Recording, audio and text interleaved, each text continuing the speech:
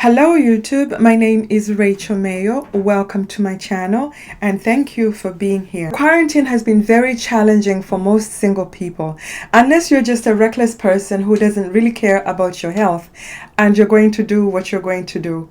Well, then I don't know what to tell you. I'm not that person, so I'm going to try and find a way, with your help perhaps, to figure out the best way you can go on a date safely during the coronavirus pandemic era. As if dating wasn't hard enough before the pandemic. We already had to worry about catching an STI or dating somebody who's just not stable, or dating somebody who is an obsessive stalker, or dating someone who's just plain batshit crazy. What's a girl to do?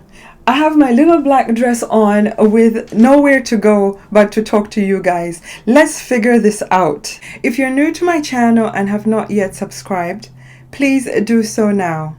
Here is why you should subscribe to my channel. I talk about intimate issues that affect us as a society and as mankind. I also review herbal medicine and herbal therapies that one can use to heal the body or boost one's immune system. I usually review products that I've used myself, so you will be getting first-hand feedback. And yes, I am an astrologer. I bring you astrology in a simple way that you can understand and use it for your everyday guidance in your life. Also remember to ring the bell icon so that you may be notified whenever I upload a new video. So let's move on to our discussion. I know we're all sick of being quarantined, even though it is the right thing to do. Staying home alone for this long is actually not good for your health. It's not good for your mental health, and it's not good for your physical health either. Humans need to be around other humans in order to thrive. They've done a lot of experiments about this, and it's been proven we do need human contact. Humans are social beings. So who's already going a little crazy at home right now? In this discussion, we're going to try and figure out where is the best place to go for your date and when should you be intimate. So before we go there, let's talk about celibacy. Celibacy is not so difficult. Celibacy is not so difficult to practice if you're doing it by choice and you have control of when you're going to end the celibacy. This is a totally different ball game. We have no control here. We have absolutely no control here. And just knowing that can drive anybody crazy. Okay, some people will say there's online dating. How many times can you talk to someone online and on the phone before you start wondering if there's any real chemistry in order for you to have a real relationship that will last?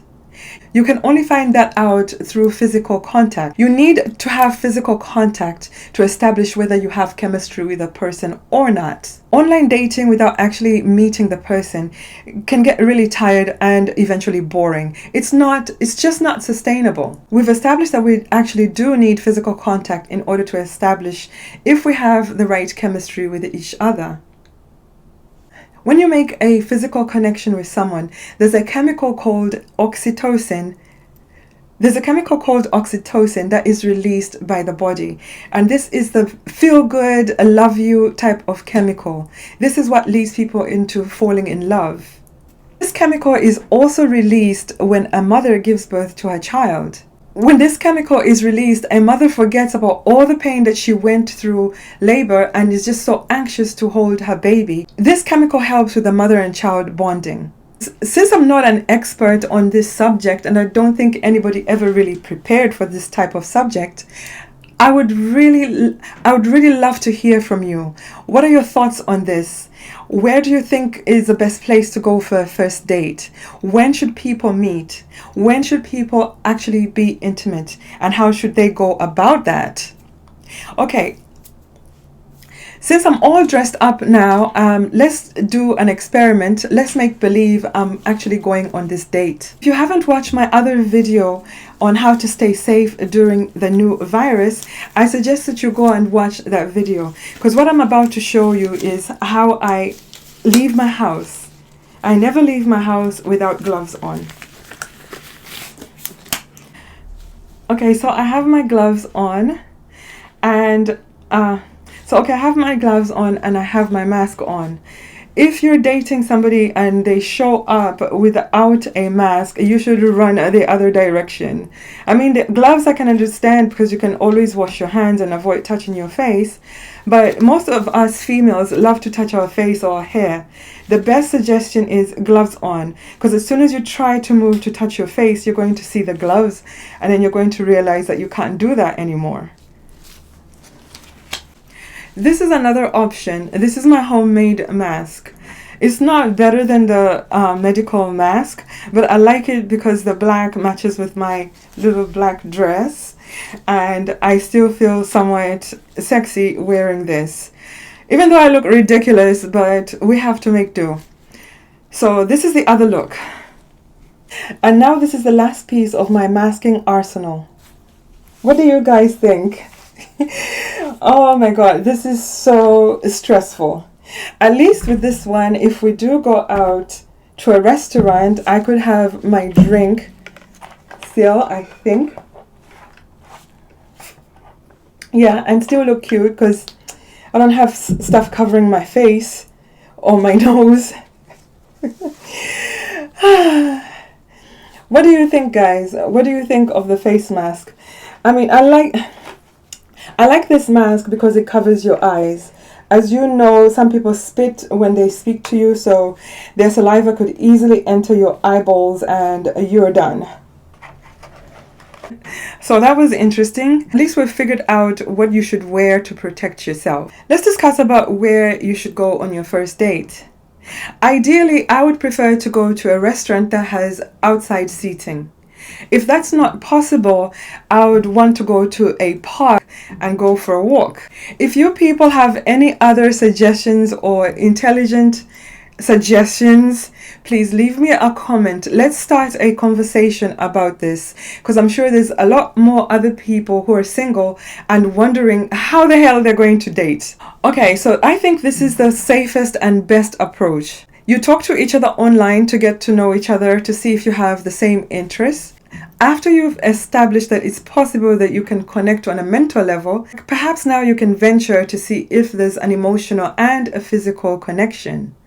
How do you do this? These are my suggestions. Since the incubation period is 2 weeks, so perhaps talk to someone on the phone or over the internet just to find out, to gauge how responsible they are socially. And if you think this is a person who takes precautions, then you should arrange the date in the places that we had suggested. Arrange a date to meet somewhere in public. Of course, on the initial date, there should be no physical contact, no kissing, absolutely not. No kissing on the first date. I think if you want to touch your date's hand, that's absolutely okay, because I'm assuming you're both wearing gloves, but at least that would be some little type of physical contact.